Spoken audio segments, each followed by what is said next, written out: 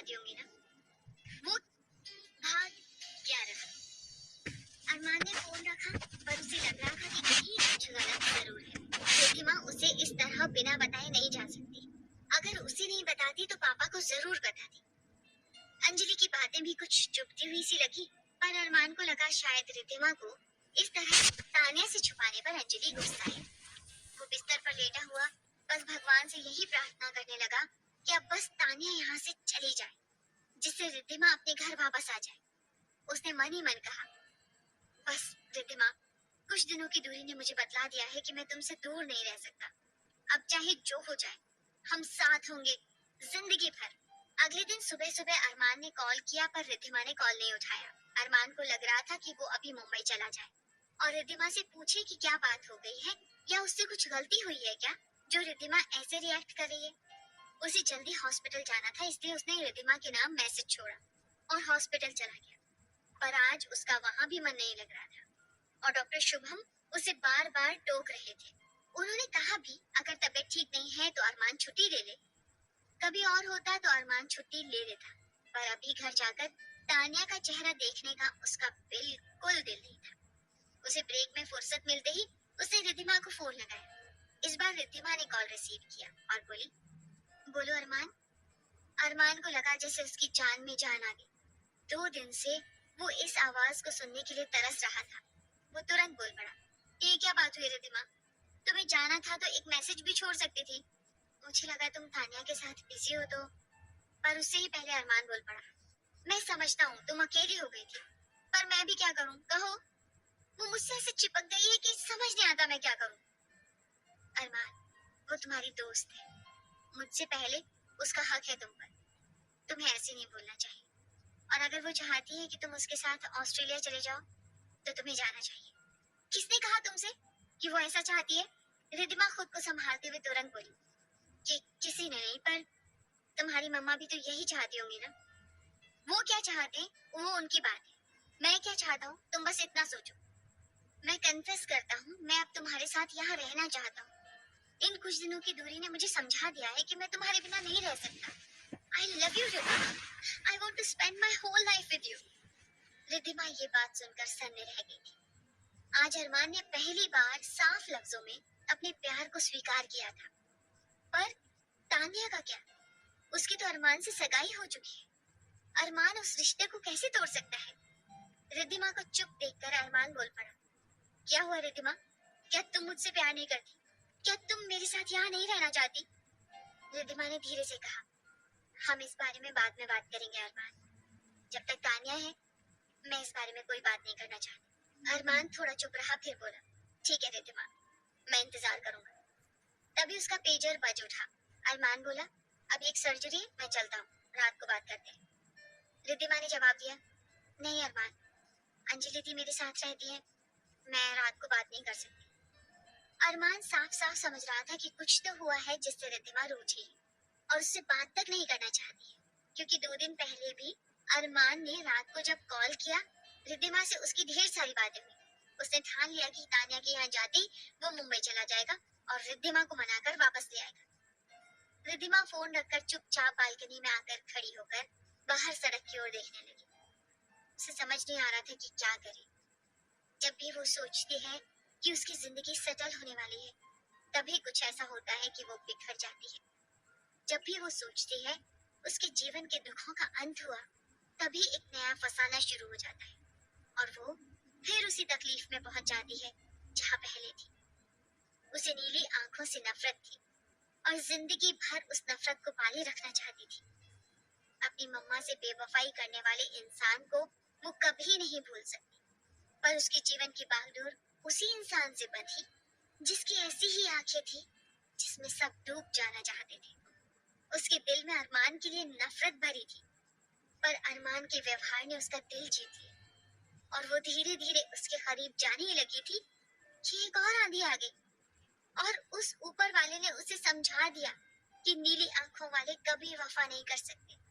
पर पता नहीं क्यों उसे अभी भी लग रहा है कि ये सब सच नहीं है। अरमान उससे इतना बड़ा झूठ नहीं कह सकता। उसे खुद की हालत पर हंसी आ रही थी। अब वो समझ रही थी कि मम्मा कभी भी पापा से नफरत क्यों नहीं कर पाई? शायद जिससे प्यार करते हो उससे नफरत करना इतना आसान नहीं है। अंजलि पीछे से आकर उसकी पीठ पर धौल जमाते हुए बोली, कहाँ खोई है रिद्धिमा? चल कहीं घूम कर आते हैं, मौसम भी सुहाना है। रिद्धिमा ने मुस्कुराकर सिर हिलाया और कहा, मैं अभी तैयार होकर आती हूँ दी। अंजलि और रिद्धिमा समंदर के किनारे काफी देर तक टहलते रहे। अंजलि रिद्धिमा को बता रही थी कि वो और अतुल कॉलेज में जब थे प्रायः यहाँ आया करते थे। रिद्धिमा ने ख्याल किया था कि जब भी अंजलि के साथ वो होती वो अतुल की बातें उसे बताया करती थी। अतुल के बारे में बताते हुए अंजलि के चेहरे पर जो चमक होती थी रिद्धिमा समझती थी कि उसे कितना ज्यादा प्यार है अतुल से। अभी दोनों एक ही चट्टान पर बैठे हुए थे और अंजलि उन दिनों की याद में खोई हुई थी। तभी उन्हें कुछ लोगों की चीख पुकार सुनाई दी। अंजलि उठ खड़ी हुई और बोली, ये यहाँ रोज का तमाशा है, कोई ना कोई डूबता रहता है, पता नहीं पानी में उतरते ही क्यों है? रिद्धिमा ये बात सुनकर डर कर बोली, सेफ्टी सिस्टम नहीं है क्या यहाँ दी? अरे सब है, दिन में कई बार वो घोषणा करते हैं, अकेले ज्यादा पानी में मत जाएं, ज्वार भाटे के टाइम समुद्र में ना उतरें, शाम का अंधेरा घिरते ही उतरने नहीं देते समुद्र। पर लोग बड़े बेशर्म हैं, जहाँ उनकी नजर हटी वहाँ बहादुरी दिखाने समंदर में अंदर तक चले जाते हैं। ये देख, ये कुछ हाफ किलोमीटर से इधर उधर तक इन्होंने घेर दिया है। बड़े बड़े अक्षरों में लिखा हुआ है, यहाँ समंदर बहुत गहरा है, कोई यहाँ ना उतरे। पर लोग माने तब ना। यहाँ इस जगह पर थोड़ा शोरगुल कम है, इसलिए मैं और अतुल यहीं आकर बैठते थे। एक बार कुछ नौजवान यहाँ आकर उतरने लगे तो इतने बड़े गर्व से हमें बताया कि वो नेशनल चैंपियन है। अतुल उसे समझाने की कोशिश कर रहा था कि नदी में, स्विमिंग पूल में तैरना और समुद्र में तैरना अलग बात है, पर वो अपनी शेखी बघाड़ता रहा। हम तो उसके बाद चले गए थे, पर अगले दिन अखबार में उसी का फोटो था, मर गया था। पता नहीं किसकी मौत लिखी है आज, रिद्धिमा ने ये कहा। अंजलि उसका हाथ पकड़कर बोली, चल देखते हैं क्या मामला है। वो जब वहां पहुंची तो देखा थोड़ी चुप्पी छा गई थी और सारे लोग उत्सुक होकर समंदर की ओर ताक रहे थे। अंजलि के पूछने पर एक ने बताया कि कोई छोटा बच्चा है जो डूब गया है। उसकी माँ तो बेहोश हो गई है और पापा अपनी पत्नी को संभाल रहे हैं। बच्चे को बचाने के लिए लाइफ गार्ड के साथ साथ एक फौजी ने भी छलांग लगा दी थी, पर अब तक कोई बाहर नहीं आया। उसके इशारा करने पर अंजलि और रिद्धिमा ने देखा थोड़ी दूर कुछ फौजी भी खड़े थे और उधर ही देख रहे थे। तभी लहरों में से कोई उठकर आता हुआ नजर आया। सब चिल्लाने लगे, आ गया आ गया। अंजलि और रिद्धिमा ने देखा कोई नौजवान था जिसके बाहों में बच्चा था। उस नौजवान को देखते ही कुछ फौजी उसके पास दौड़ते हुए आए तो उसने बच्चे को उनकी गोद में देते हुए कुछ कहा। तब तक एम्बुलेंस भी पहुंच चुकी थी। वो बच्चे को एम्बुलेंस में लेकर चले गए। वो नौजवान वहां से जाने वाला था, पर भीड़ ने उसे शाबाशी देना शुरू कर दी और वो सबको थैंक यू कहते हुए जाने लगा। तभी अंजलि बोल उठी, बंदे ने बड़ा बहादुरी का काम किया है, चल उससे बात करते हैं। वो रिद्धिमा को खींचते हुए वहां आई और चिल्लाकर बोली, हेलो फौजी भाई, आपने बड़ा नेक काम किया है, आप बहुत बहादुर हैं। फौजी हंस पड़ा और बोला, जी धन्यवाद मिस, पर मेरा नाम फौजी भाई नहीं, मेजर रेहान शर्मा है और देश की और आप लोगों की सेवा करना हमारी ड्यूटी के अंतर्गत है। रिद्धिमा ने रेहान शर्मा सुनते ही चौंक कर उसकी ओर देखा। उससे नजरें मिलते ही वो फौजी चौंकते हुए बोला, रिद्धिमा, रिद्धिमा तुम यहाँ? रिद्धिमा भी उसे देखकर बुरी तरह से चौंक गई थी। वो सोच भी नहीं सकती थी आज इस तरह अचानक उसकी मुलाकात रेहान से हो जाएगी। वो कुछ कहती उससे पहले रेहान लगभग कूदकर उसके सामने पहुंच गया और उसके हाथ को पकड़कर अपनी ओर खींचते हुए हर्ष भरे स्वर में चिल्लाया, ओह माय गॉड, मैं सपना तो नहीं देख रहा। अंजलि उसे अजीब सी नजरों से देखते हुए बोली, मिस्टर रेहान, आप इस तरह बिना जाने पहचाने किसी लड़की से नहीं लिपट सकते, दूर रहिए और साफ साफ बताइए आप हैं कौन। पर रेहान को तो जैसे अंजलि की बात सुनाई ही नहीं थी। वो अभी भी रिद्धिमा को देखे जा रहा था। वो फिर से बोल पड़ा, सच्ची सच्ची तुम हो रिद्धिमा? रिद्धिमा ने उससे अलग होते हुए अपनी नजरें झुकाते हुए हाँ में सिर हिलाया, फिर बोली, कैसे हो रेहान? रेहान ने खुशी भरे स्वर में जवाब दिया, मैं अच्छा हूँ रिद्धिमा, और तुम्हें देखकर तो और अच्छा हो गया हूँ। मैं तो कल पुणे जाने वाला था तुमसे मिलने, पर देखो कैसा चमत्कार हो गया, तुम यहीं मिल गई। Wow, I'm so happy। Riddhima थोड़ी हल्की मुस्कुराहट के साथ बोली, रेहान अपने कपड़े चेंज कर लो वरना ठंड लग जाएगी।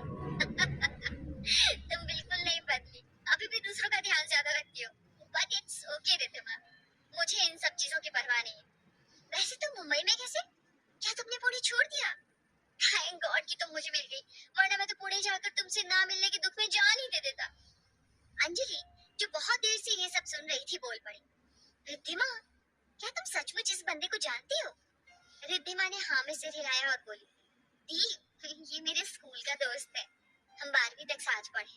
कर रेहान आर्मी में चला गया।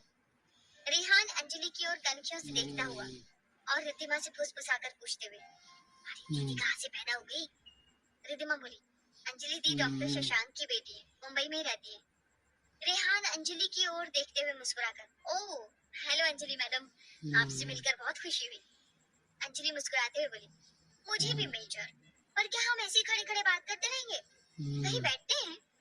तभी रेहान के दोस्त आ गए और रेहान को आवाज लगाई। रेहान उन्हें हाथ हिलाता हुआ रिद्धिमा की ओर देखकर बोला, रिद्धिमा तुम यहाँ कहाँ रहती हो? मैं तुम्हारे घर आ जाऊँ कल? पर रिद्धिमा के बजाय अंजलि बोल पड़ी, मिस्टर रेहान, रिद्धिमा यहाँ मेरे घर आई और यहाँ कुछ नहीं पहचानती। अगर आप उससे मिलना चाहते हैं तो पहले मुझसे परमिशन लेनी पड़ेगी। ओके मैडम, क्या आप इजाजत देंगी प्लीज?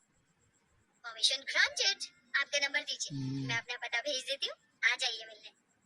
रेहान ने अंजलि को अपना नंबर दिया और बाय कहते हुए अपने दोस्तों के साथ चला गया, पर जाने से पहले कल शाम को आने का वादा जरूर कर गया। अंजलि और रिद्धिमा घर वापस आ गए। अंजलि ख्याल कर रही थी कि रिद्धिमा रेहान से मिलने के बाद चुप सी हो गई थी। उसने कुछ पूछना ठीक नहीं समझा क्योंकि वो जानती थी कि रिद्धिमा खुद ही सब बता देगी। रात को जब अंजलि गुड नाइट कहकर अपने कमरे में चली गई तो रिद्धिमा आकर बालकनी में खड़ी हो गई। उसे आज रात बिल्कुल नींद नहीं आ रही थी। उसकी आंखों के सामने रेहान का हंसता हुआ चेहरा बार बार आ रहा था। उसे रेहान के साथ बिताए दिन याद आ रहे थे और उसका वादा याद आ रहा था, मैं आऊंगा रिद्धिमा, मुझे भूल मत जाना। रिद्धिमा भी तो उसके जाने के बाद कितना उदास रहा करती थी। उसे लगता था कि जैसे वो फिर से अकेली हो गई है, पर धीरे धीरे उसने खुद को संभाल लिया और अपनी जिंदगी में व्यस्त हो गई। फिर अरमान का अचानक यूं उसकी जिंदगी में आना किसी तूफान से कम नहीं था, जिसने सब कुछ भुला दिया था। पर फिर से रेहान उसके सामने आ खड़ा हुआ और अब वो इसी सोच में थी कि उसे क्या जवाब देगी। रेहान ने शायद ख्याल नहीं किया कि वो शादीशुदा है। शायद वो सोच भी नहीं सकता कि रिद्धिमा विवाह के बंधन में बंध सकती है। रिद्धिमा ने अंधेरे सूने रास्ते की तरफ देखा और उन दिनों की याद में खो गई जब रेहान से उसकी दोस्ती हुई थी। रेहान मुस्कान का चचेरा भाई था और जम्मू में अपने पापा के पास रहता था, क्योंकि उसके पापा फौजी थे और वहीं पर उनकी पोस्टिंग थी। पर उनकी पोस्टिंग जब मध्य प्रदेश के नक्सल क्षेत्र में हुई तो उन्होंने अपने बेटे को पुणे भेज दिया। रिद्धिमा और मुस्कान तब 7वीं कक्षा में थी जब रेहान आया था और 8वीं में एडमिशन लिया था। मुस्कान और रेहान में छोटी छोटी बातों को लेकर लड़ाई होती थी और मुस्कान गुस्से से मुंह फुलाकर बैठ जाती थी। तब रेहान उसकी फेवरेट चॉकलेट लाकर उसे मनाता था, जो रिद्धिमा को बहुत अच्छा लगता था। उसे लगता था कि काश उसका भी कोई भाई होता जो इस तरह उससे झूठ मूठ की लड़ाई करता और हर दम उसके साथ रहता। एक दिन जब रिद्धिमा अपनी मम्मा के साथ मंदिर गई हुई थी, वही रेहान मिल गया। उसने खुद आगे बढ़कर पद्मा से बात की थी और उनसे विनती करते हुए पूछा, आंटी क्या आप मेरी तरफ से भी एक भगवान जी को पूजा चढ़ा देंगी? पद्मा मुस्कुराते हुए बोली, जरूर बेटा, मैं तो पूजा की सामग्री ले लेती हूँ। आपके नाम पूजा करनी है क्या? मैं पंडित जी को बता देती हूँ। नहीं आंटी, मेरे पापा के नाम पर पूजा करनी है। दादी की उम्र हो गई है तो वो मंदिर तक नहीं आ सकती और चाचा चाची सब बिजी हैं, तो दादी ने मुझे भेजा है, लेकिन क्या करना है मुझे नहीं पता। पद्मा ने मुस्कुराते हुए कहा, आपके पापा का जन्मदिन है क्या? नहीं नहीं, पापा की ड्यूटी भारत पाकिस्तान बॉर्डर में लगी है ना, इसलिए। कुछ दिनों से वहाँ पाकिस्तानी सैनिकों का उपद्रव बहुत बढ़ गया है, इसलिए बहुत डर लग रहा है। पद्मा ने उसके सिर पर हाथ फेरते हुए कहा, आपके पापा को कुछ नहीं होगा, आप मत डरो। पर पद्मा की बात सच नहीं हुई थी, बल्कि रेहान का डर सच हो गया था। पाकिस्तानियों ने बारूदी सुरंग बना रखी थी, जिसके फटने से रेहान के पापा के साथ कई जवानों की डेथ हो चुकी थी। रेहान ने उसी समय प्रतिज्ञा की थी कि वो भी आर्मी ज्वाइन करेगा और देश के इन दुश्मनों को सबक सिखाएगा। रिद्धिमा के साथ रेहान की दोस्ती गाढ़ी होने के कई कारण थे। रेहान को पेंटिंग का शौक था और छुट्टियों के दिन वो रिद्धिमा के घर आ जाता था और पद्मा को उनकी मनपसंद चीजें बनाकर खिलाया करता था। उन्हें इस दिन माँ बाप के बच्चे से बहुत प्यार था। पर 2 साल ही रेहान को पद्मा का प्यार और स्नेह नसीब हुआ और वो चली गई। रिद्धिमा को याद है, मम्मा जब बहुत ज्यादा बीमार थी और उन्हें हॉस्पिटल में एडमिट करवाना पड़ा, रेहान हर वक्त रिद्धिमा के साथ रहा। रिद्धिमा मम्मा की जिंदगी की दुआ मांगती, मंदिरों में चक्कर लगाया करती और रेहान हर समय उसके साथ होता। वो रिद्धिमा के साथ ही मंदिर में प्रार्थना करते हुए भगवान जी से कहता, भगवान जी, आपने मेरे पापा को छीन लिया, मैंने कोई शिकायत नहीं की, पर रिद्धिमा की मम्मा को मत छीनना। मेरे तो चाचा चाची दादी हैं, पर इस लड़की का कोई नहीं है, उसे अनाथ मत कर देना। पर भगवान जी ने उसकी प्रार्थना अनसुना करते हुए पद्मा को उनसे छीन लिया। पर हाँ, उन्होंने रिद्धिमा को अनाथ नहीं बनने दिया और रिद्धिमा डॉक्टर शशांक की छत्र छाया में आ गई थी। रिद्धिमा की जिंदगी में हादसे होते रहे और उससे टूटने से बचने के लिए कई हाथ आगे आए। उसमें से रेहान का भी था, जो खुद छोटा होते हुए भी हर वक्त रिद्धिमा का सहारा बना रहा।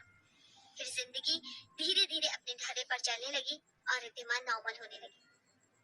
रिद्धिमा के होठों पर ये याद करके मुस्कुराहट आ गई थी कि जब भी मुस्कान और रेहान में लड़ाई होती थी और मुस्कान उसे गाली देते हुए कहती थी, खड़ूस कहीं का, अपनी बहन को तू इतना रुलाता है, तुझे मैं श्राप देती हूँ कि तेरी शादी नहीं होगी, कोई लड़की तुझ खड़ूस को पसंद नहीं करेगी।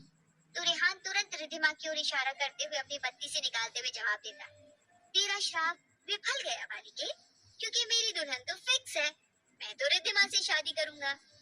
तब मुस्कान रिद्धिमा का हाथ पकड़कर खींचते हुए कहती, तू मेरी दोस्त है ना रिद्धिमा, मैं कही देती हूँ इस खड़ूस से कभी शादी मत करना। रेहान रिद्धिमा का दूसरा हाथ पकड़कर कहता, रिद्धिमा, मैं तेरा बेस्ट फ्रेंड हूँ ना, प्रॉमिस कर तू मुझसे ही शादी करेगी। और दोनों मिलकर रिद्धिमा की खींचातानी करते, जो एक खंड युद्ध में बदल जाता। जहाँ रेहान मुस्कान की चोटियां खींचता, वहीं मुस्कान रेहान पर कीलों की बौछार करती। फिर उनके सारे दोस्त मिलकर दोनों को अलग करते। रिद्धिमा ये याद कर मुस्कुरा रही थी कि अचानक उसे शौक लग गया। वो कैसे भूल गई कि रेहान ने फौज में जाने से पहले उससे वादा किया था कि वो लौट कर आएगा। जब रेहान को पता चलेगा कि उसका विवाह हो चुका है, तो उस पर क्या बीतेगी? रिद्धिमा क्या जवाब देगी उसे? रिद्धिमा को याद आया कि शशांक पापा की मौत के बाद वो कितना टूट गई थी। उसने भी अपना जीवन खत्म करने की सोच ली थी, पर रेहान ने ऐसा नहीं होने दिया। उस समय तो वो लगभग 24 घंटे उसके साथ रहा करता था और हिम्मत दिलाया करता था। वो कहता रहता था, देखो रिद्धिमा, मेरे पापा के जाने के बाद भी मैंने हिम्मत नहीं हारी। इन पाकिस्तानियों से मुझे बदला लेना है। मेरे पापा को अपना देश सबसे प्यारा था और इसकी आन बान और शान बनाए रखने के लिए उन्होंने अपनी जान तक दे दी। मैं पहले बहुत टूट गया था, फिर सोचा पापा को जिसमें खुशी मिलती है वही मैं भी करूंगा, इसलिए मैं आर्मी ज्वाइन करूंगा। तुम्हारे मम्मा या शशांक अंकल का सपना था कि तुम बड़ी होकर डॉक्टर बनोगी, तो तुम्हें भी उनका सपना पूरा करना होगा। रिद्धिमा सिसकते हुए बोल उठी, मैं उनका सपना पूरा करूंगी रेहान। 12वीं के बाद जब रेहान आर्मी के लिए चुना गया और अपनी ट्रेनिंग में जाने लगा, तो रिद्धिमा रो पड़ी और कहा था, मत जाओ रेहान, मैं बिल्कुल अकेली हो जाऊंगी। तब रेहान ने उसका हाथ पकड़कर कहा था, प्रॉमिस, मैं वापस आऊंगा रिद्धिमा, और तब आऊंगा जब तुम डॉक्टर बन जाओगी और इसके बाद हम सदा साथ रहेंगे। और रेहान वापस आ गया था और रिद्धिमा को देखकर कितना खुश था, पर रिद्धिमा अब उसे क्या जवाब देगी? यही सोच तो उसकी नींद चुरा ले गई थी। क्या भगवान को इशारा कर रहा था कि वो अरमान से अलग हो जाए? क्योंकि अरमान की सगाई तो तानिया से हुई थी, पर अरमान ने तो उसके प्यार का इजहार उससे किया है। पर वो खुद क्या चाहती है? रिद्धिमा एक ऐसे भूल भुलैया में फंस चुकी थी कि उससे निकलने का कोई रास्ता नहीं मिल रहा था। अगले दिन रेहान अपने समय पर आया था। रिद्धिमा ने उसके आने से पहले अपना मंगलसूत्र उतार कर रखा था, क्योंकि वो इसके साथ रेहान का सामना करने से डरती थी। अंजलि ने उससे एक बार पूछा भी कि मंगलसूत्र कहाँ है, तो रिद्धिमा ने बहाना बना दिया कि वो टूट गया है, इसलिए उसने उतार कर रखा है। रेहान के आने से पहले रिद्धिमा ने अंजलि को रिक्वेस्ट की थी कि रेहान को पता न चले कि वो शादीशुदा है। इस बात पर अंजलि चौंकते हुए बोली, इसलिए तूने मंगलसूत्र उतार कर रख दिया? रिद्धिमा ने बस इतना ही कहा कि प्लीज, रेहान को मैं कोई झटका नहीं देना चाहती, बताऊंगी उसे। पर धीरे धीरे। अंजलि ने उसे देखते हुए पूछा, रेहान तेरे बचपन का दोस्त है ना? रिद्धिमा ने हाँ में सिर हिलाया और रेहान के साथ उसके बचपन की बातें, रेहान का उसे सपोर्ट करना, उसे संभालना, सब कुछ बता दी।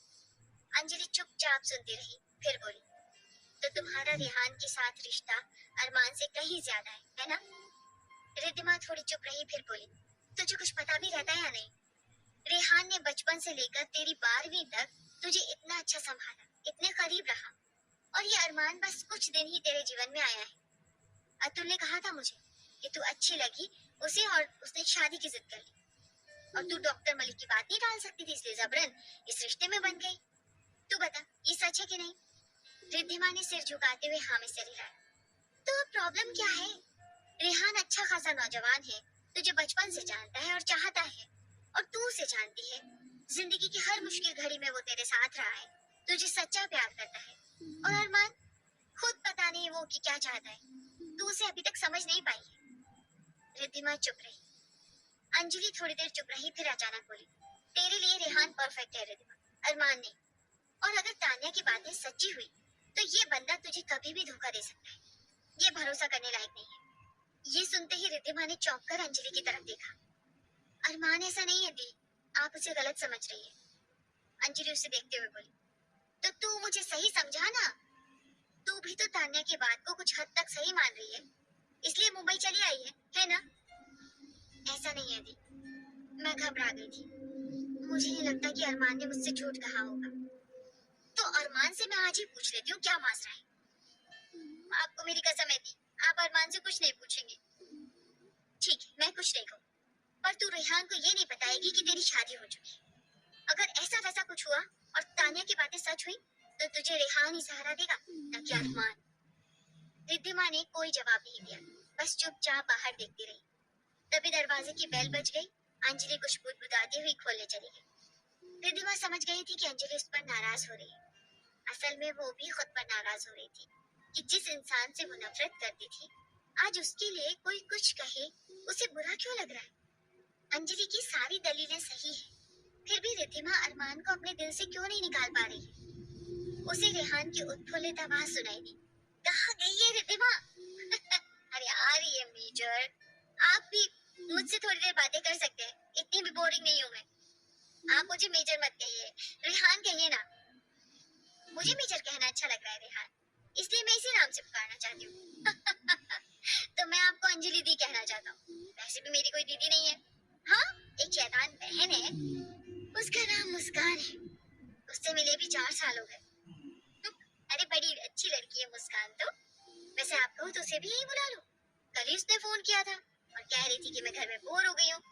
हाँ, वाओ, इससे अच्छा और क्या हो सकता है अंजलि दी, बुला लीजिए।